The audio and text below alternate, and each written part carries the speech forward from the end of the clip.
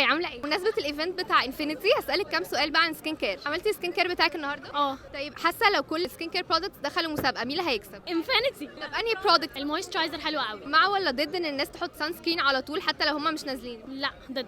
اشمعنى بقى؟ عشان هو مش المفروض يتحط طول الوقت. طب انت بتحبي تضيعي كل فلوسك بقى على السكين كير وكده ولا تستخدمي حاجات طبيعيه؟ لو انا احط زبادي احط قهوه اعمل مش عارفه. لا بضيع كل فلوسي على سكين كير. طب لو ممكن تعملي سكين كير برودكت ليكي انت هتسميه ايه وهيكون ايه؟ هسميه نرمونزا وهيبقى برودكت واحد فيه كل حاجه عشان انا بزهق والخلق ضيق مش قادره. ايه اكبر غلطه كنت بتعمليها في بشرتك زمان ودلوقتي بتقولي ايه اللي انا كنت بعمله ده؟ ما كنتش بحط سان بلوك وكنت بستخدم اي حاجه من السوبر ماركت. ام فور سكان لازم تسالي دكتور وتستخدمي حاجه كويسه مش اي حاجه من السوبر ماركت وناخدها. طب ايه حاجه انت لما عرفتيها بقيتي تقولي لاصحابك ايه ده انتوا ازاي مش عارفينها؟ بس بادي كير اكتر زي بيبي اويل سحر مثلا يعني ازاي بيعمل ايه بقى؟ مش عارفه بيعمل سموذنج فظيع للجسم فانا ده عشقي الاول والاخير. طب لو ممكن تبدلي وشك مع حد ممثله لمده يوم تختاري مين؟ فنانه ياسمين صبري. بسم الله الرحمن الرحيم. فنانه ياسمين صبري طب اشمعنى ياسمين صبري؟ عشان حلوه قوي قمر. خلاص احنا كده خلصنا. ثانك يو قوي.